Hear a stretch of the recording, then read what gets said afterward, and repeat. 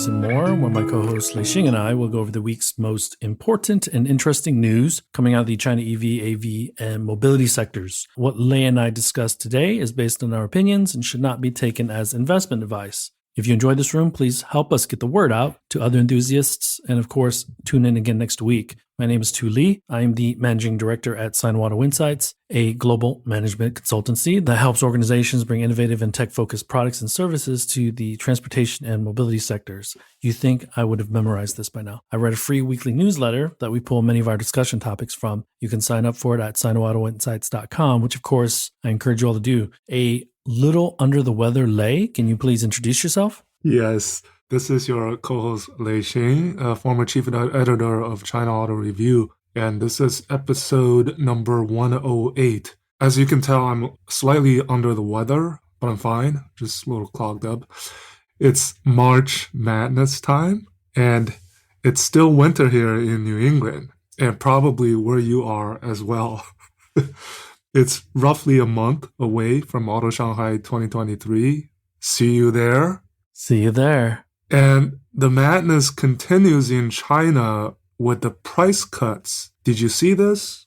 Volkswagen brand from SAIC Volkswagen announces a renminbi 3.7 billion in incentives. And every single model from the joint venture Volkswagen brands, CRMA, Tiguan, Santana to the IDs are all on sale, as much as 50,000 off. So that's a 500 million US dollar subsidy. Yeah. And, I put 315 on the topic today. It so happens that exactly 10 years ago, almost to the day, Volkswagen was shamed on CCTV's 315 Gala for that DSG transmission problem. And I'm thinking, wow, 10 years makes a difference. Now we're spending money on promotions rather than on recall costs. So to give everyone an idea of what Lei is talking about, every year on March 15th is customer or complaint day, and the Chinese government calls out, they have a show that calls out a handful of companies. Many of the time, they're foreign companies that are not doing their customers right. And 10 years ago, Volkswagen was called out because of, again, it was a braking? DSG transmission. Yeah. So I think Ford has been called out before, right? Yeah, quite a few automakers. But I think Volkswagen was the most memorable to me. It was actually very surprising to me when that happened because... Were you in China? You were? I think so. You were in China. Right. Okay. Because Volkswagen, for the longest time, has been the OG of the China market for foreign automakers. OG because they entered in 87. And traditionally, before the transition over to EVs, because GM and Volkswagen were both in early on investing, on building out infrastructure, on hiring and building locally in China, they had really good government relations. And so it was a bit surprising to see Volkswagen get called out on that. So yeah, and I was actually looking forward to who's going to be shamed this year. And it turns out no one. Well, they don't want to kick a... Yeah, you know where I'm going with this. Right. Because of the price war that's going on, because of the tampered demand, it seems, in the market and the drive to push consumption, I think CCTV was like, okay, let's not shame anybody on autos this year. So that's it. There's nothing to talk about on 315. Very delicate situation, I think, because all vehicle sales is not national, it's local. And because there's struggles, that means that people aren't working. That means that, one of the main duties of an SOE or a state-owned enterprise is really keeping people employed, keeping people busy. And so I think what we're going to see, and you and I agree on this, is some sort of central government stimulus later this year. So yeah, that is quite possible. I've also seen some other, so for example, Kia, they put up a poster saying that they have a 90-day price guarantee. So that's another form of not cutting prices, but ensuring customers that, please buy our cars and right? It's like a put option that says, we still may cut price, but you'll be made whole we'll pay you the difference. Yeah. So all of these things are going on. And that was initiated by Li Auto, and Neta and Denza have also announced similar policies. And NIO has said that they're not going to cut pricing, and long term, they're not going to cut pricing. So they feel fairly confident, I think, in their demand book, but also that they know that in order to be premium, we can't willy-nilly slash pricing. And so I think it's a strategic move. They're willing to lose some sales volume in order to protect the brand. Yeah. So that's, I put up VW and BMW on the topic today because this week has been the annual press conferences from the two of the biggest German automakers. And I don't know whether you follow some of the chatter or not, but... And the chatter is only going to get louder leading up to April 17th and 18th. Yeah, they're all going to be there. We can talk about maybe the ID2All. And that's, I think there's both positive and not so positive feedback on this model. It's like a Volkswagen going back to its roots, like almost. And it's only going to be offered. This car will not compete in China if it was launched today, even below 20,000 euros. Right now, it's a single market vehicle, as far as we know, because it's not going to be offered in the United States either. Yeah, but it's a nice little car, a little EV, but it's European focused, obviously, and still 2 more years. It's not going to launch until 2025, and how they get a profit out of that $25,000 car will be interesting to see. I think that was also almost even a shot at Tesla in a way. I don't think there's any question. I think they're definitely a shot at Tesla. And they mentioned the below 20,000 euro car is also being developed. And then I think the other...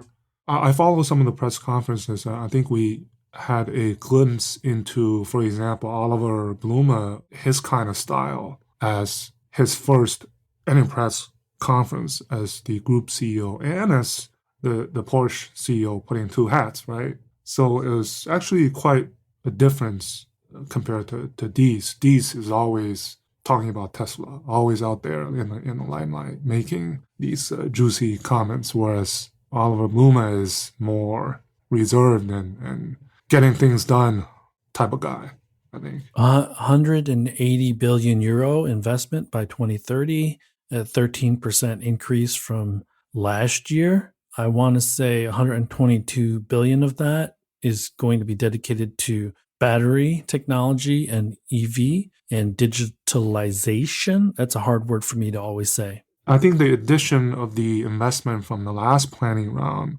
is dedicated to that and also the Scout. And that's a huge investment, right? South Carolina, $2 billion, a factory that should be ready to go in 2026, I want to say. And at full capacity should be putting out about 100,000 SUVs and trucks a year in a very, very, very competitive SUV and Porsche announced several new EVs in the pipeline, right? The Macan 718, Cayenne is going to be an all-electric EV, and then the D segment above the Cayenne SUV, I think that has China written all over it. Porsche can do no wrong in the China market, and they've not been able to do any wrong since they've entered. Porsche's most important market this in 2022, again, was China, and I don't see that changing any. 8 years in a row or something. Yeah, I don't see that changing in the future at all. And so what is going to be interesting is to see how they fund that 180 billion euro investment. It still dwarfs Tesla's number of 275 billion estimated by 2030 on capacity. So they're moving forward. I don't. Yeah. They're speculating that Lamborghini, Bentley, and Skoda perhaps will IPO to help fund some of that 180 billion euro. Yeah, so Monday was Porsche, Tuesday was Group, yesterday was the Volkswagen brand, today was Audi and Skoda. Speaking of Skoda, I think the biggest news is they're going to produce in Vietnam. Did you see that? I did not. They're going to import into Vietnam first and then produce in Vietnam in 2024. So that to me is a major signal without saying that we're done with China. I think they're done with China as far as. Well, I saw your post, 44,000 sales 44, in China last year. Yeah, 500 last year from 3 years of straight of 300,000 unit sales in China. I think they're done. I think they can focus on the other brands. But they can't avoid competition with the Chinese because Southeast Asia is going to be a lot of cheap Chinese EVs. Yeah. But it's clear that Skoda internationally, I think they're moving toward that region, right? India, ASEAN. Yes, because they're actually doing well in India. Skoda is. Yeah.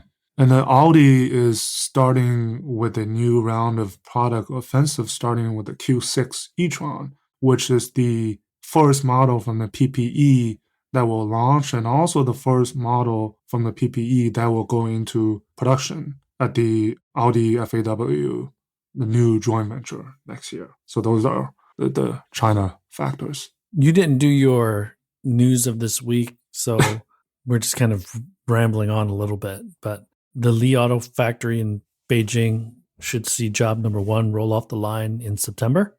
It's pretty fast. And it's going to be a BEV. Yeah, that's the first BEV, right? That they keep saying it's in a new form factor, right?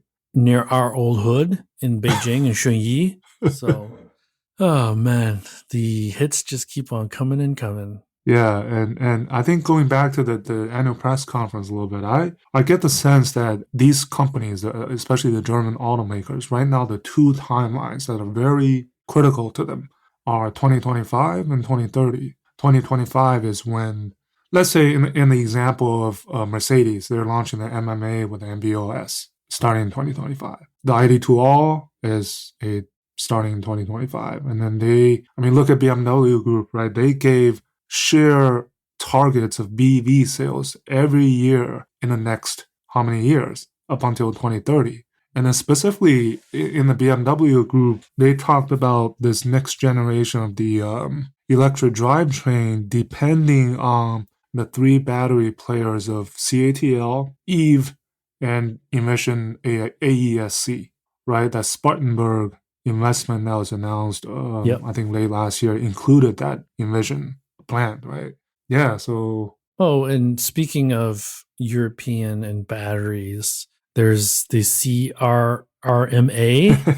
so the Critical Rare Raw Material Act, which basically centralizes sourcing of rare earth metals to try to get economies of scale on the pricing and then likely sell to the OEM. So this is their initial take on combating some of the Inflation Reduction Act, the U.S. Inflation Reduction Act. I think it had to be done. We are already seeing announcements of shifts in strategy from the European automakers in order to take advantage of those subsidies if you build locally in the United States. So, man, the chessboard is moving.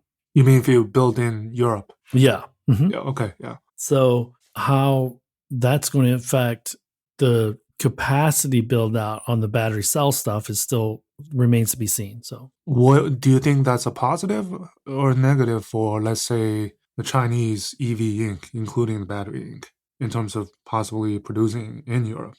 So in the short term, it's kind of a non-starter because they'll need to grandfather that stuff in because China just controls so much of rare earth mining and and processing. The one of the keys that I think is in part of the fine print is fast tracking mines and the approval of new mines in Europe and fast tracking the approval of new refineries in Europe from however long, years long to 24 months and 12 months. So those are the kind of things that will help. Getting rid of that red tape should incentivize investment into the mining space and the refinery space, because we knew that the IRA was going to do the exact same thing, was going to promote more mining and more refining of rare earth metals in the United States. We saw that with GM and that $600 million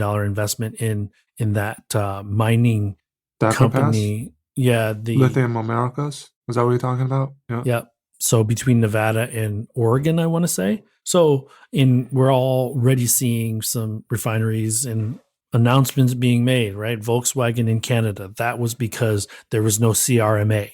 And you had sent me that news press release that said they're going to work closely with the Canadian Mining Association or whatever it's called in order to secure rare earth metals for that factory. And so, Lei, it's just really hard because it's still conceptual. Will there be carve-outs? Will they weaken the language? Because remember, I thought the whole 2035 European Union banning the sale of ICEs and diesel fueled engines by 2030, I thought that was a done deal. And now Germany and Italy are pushing back a little bit. Yeah. And Germany's pushing back, I guess, because of the e-fuels or whatever it's called. And so... Which, by the way, Oliver Blumer and Oliver Zipse, they both supported it in the press conference. Yeah, so maybe that's going to be a completely European thing, because we know that diesels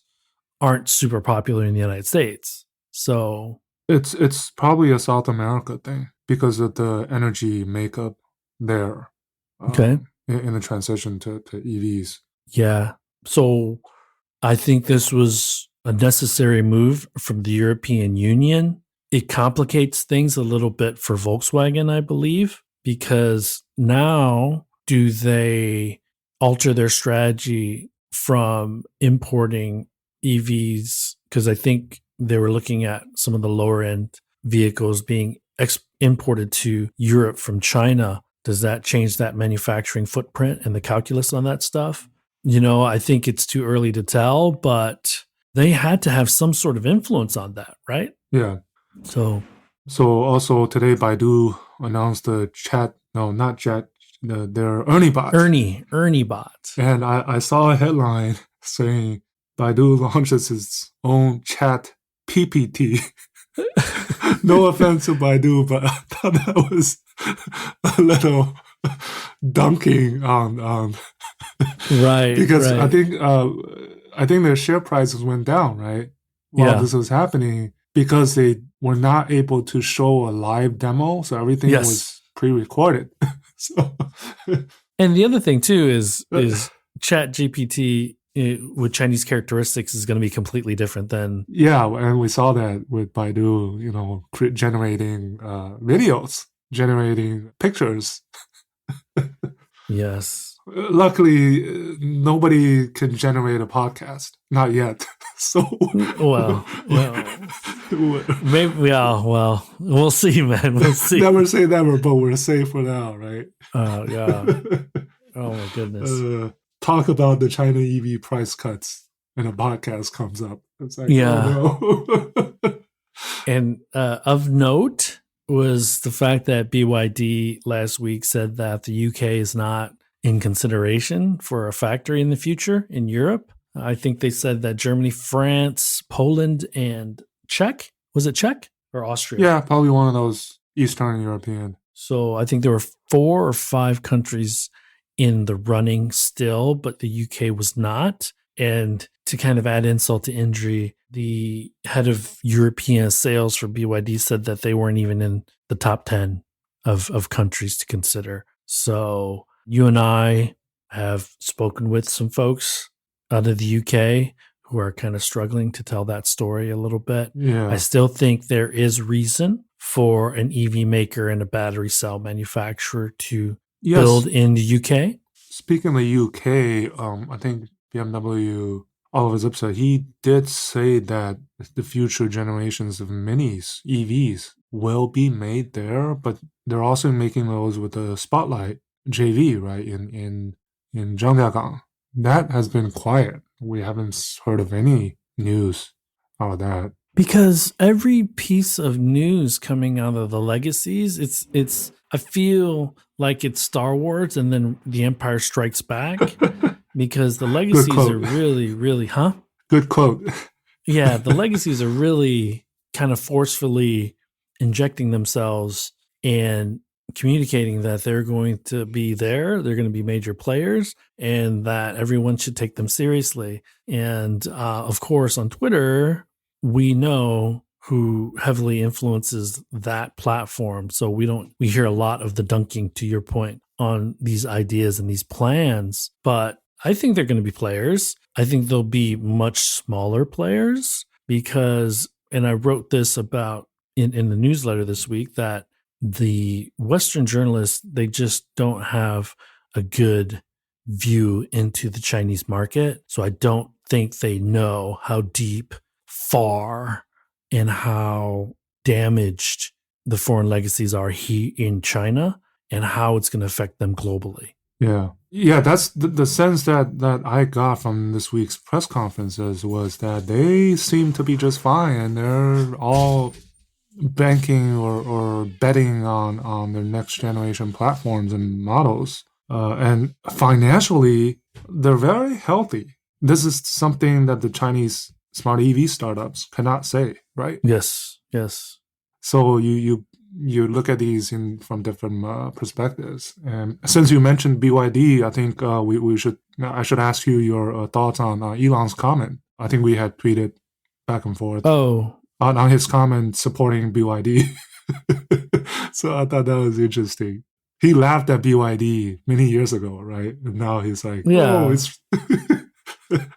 Well, I haven't been able to substantiate the outsider claims that some of the battery fires have been caused by Blade batteries, or not Blade batteries, but BYD batteries. But this also could just be a negotiation ploy, because assuming that they're accurate, that the contract is up, it's a 10 gigawatt hour contract, I believe. So it's not unusual to be negotiating through the media and through social media. So, but if BYD batteries are having any kind of issue, now I won't say a lion's share of the BYD batteries in China are going to be LFP batteries. And so if BYD is supplying NCM batteries to Tesla, then that very well could be the case, that the NCM are a bit more unstable than the Blade and the LFP batteries that BYD fab for the China market. So, and I tweeted back to you, it's false until it's true, because who knows because Elon is doing. I don't know if he's telling the truth or not. Yeah, we always take a grain of salt whenever Elon speaks, right? Yeah. And so, and the other thing about BYD, in one side of their mouth, they're like, yeah, not so interested in building in the UK, but they did get a contract for 5,000 vehicles. Yeah, they launched in the UK as well, yeah. Yeah, the Atto 3. So I think this Atto 3 is going to soon be like 1 million unit vehicle, because it's entered dozens of markets, I think. So it had a little hiccup in Australia. It had that little hiccup in Australia, but it seems to be doing fine now. Yeah, this year we're definitely looking. One of the things we're looking at is how many Atto 3s they get to sell in Europe, right? And it looks like it will be a big number if everything goes well. And do you think the ID2 All can compete against the Seal and stuff like that, or vice versa? Do you think it'll be a clearly superior product at 25,000 euro? I don't know if it'll be a clearly superior product, but in the European market, I think this is a great car if they can execute well and deliver on the promises.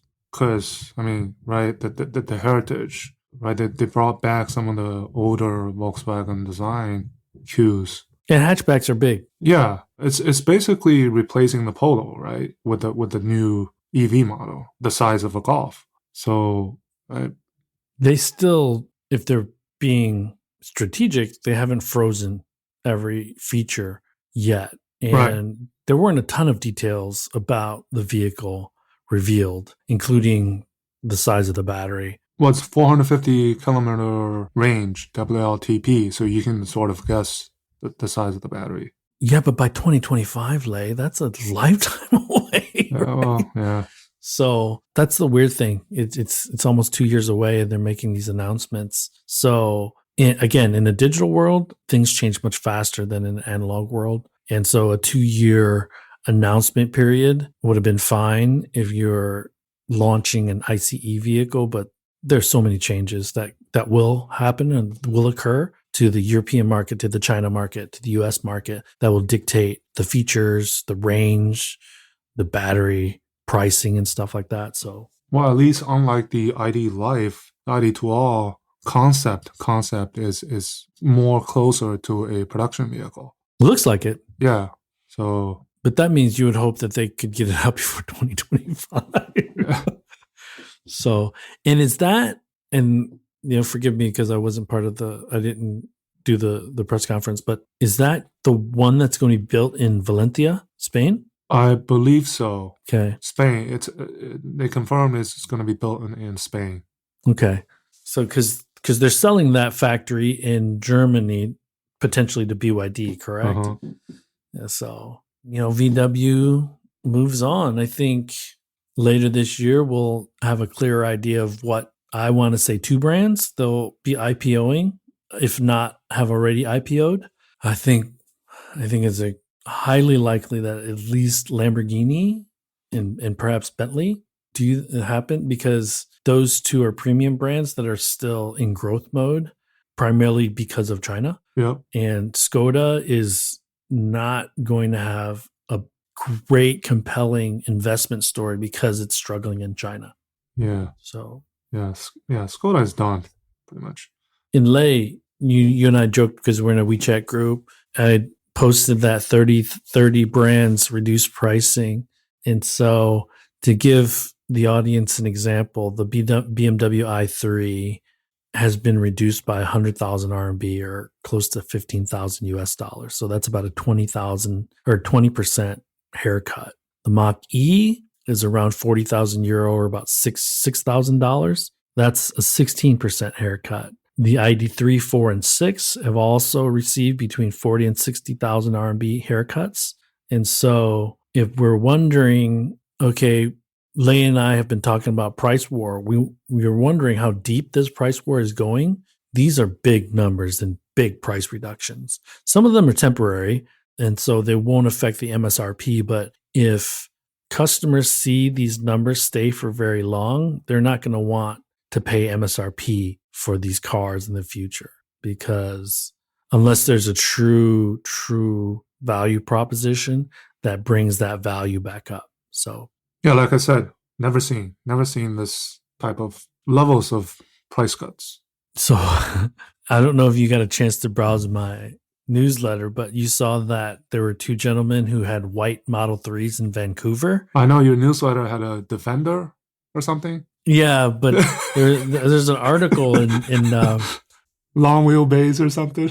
Yeah. So big fan of Defender, but there's a 130 that's parked in my parking garage, and it's a beautiful Defender. It's just the long wheelbase is really awkward. But no, there's an article I read about a gentleman who was in a hurry to go pick his daughter up, and he used his app to open his Tesla and start the car. Oh, it happened to be a wrong Tesla. Is that correct? Yes, it was another person's Tesla. And on top of that, the person's Tesla that he drove mistakenly, the other person was able to get in his car and drive the other person's Tesla. So we're talking major security flaw, and perhaps this is a one-off. And the gentleman who initially took the vehicle mistakenly, he tried to contact Tesla, no response.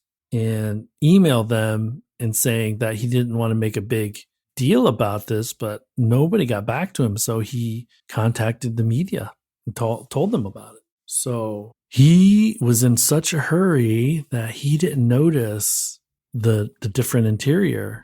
Jeez. And it's a crazy, crazy story. And I joked around and I said every legacy automaker is kind of looking at their hardware software stack to make sure that doesn't happen in their vehicle.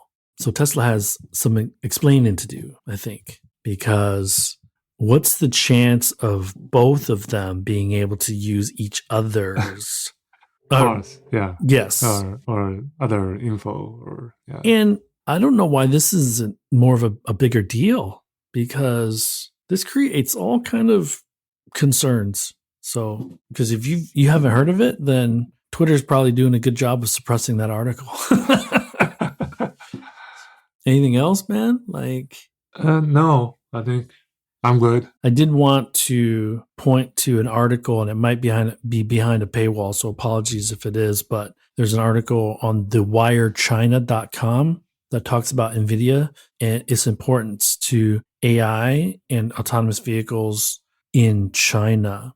And so I just don't know if many people know the story behind the story and how far ahead NVIDIA is in general to a Qualcomm, to a Mobileye and things like that. It's a great article, something that I kind of knew about, but I think it was worth pointing out to everyone else. Yeah. The other thing I just saw, I want to mention, was Hesai announced their 2022 earnings, and in it said they had revenues and deliveries of LiDARs more than all of the U.S. listed LiDAR companies combined.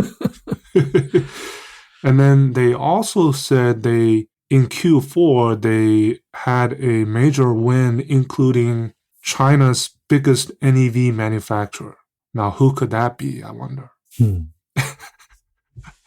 Right? I guess we'll see soon. Yeah. So yeah, just want to throw out that info. All right. So yeah, we can close up shop. Thank you, everyone, for listening. And we will talk with you all next week. Good morning, good afternoon, and good evening. Likewise. Bye-bye. That brings us to the end of this week's show. Lei and I thank you for tuning in. My name is Tu Lee, and you can find me on Twitter at Sino Auto Insight. That's SinoAutoInsight. You can find Lei on Twitter at LeiXing77. That's LEIXING77. If you wouldn't mind rating and or reviewing us on Apple Podcasts, Spotify, or wherever you grab your podcast from, we'd appreciate that as well. Even better, if you enjoy this show, please tell your friends about it. Please join us again next week as we track down all the latest news on China, EVs, and more.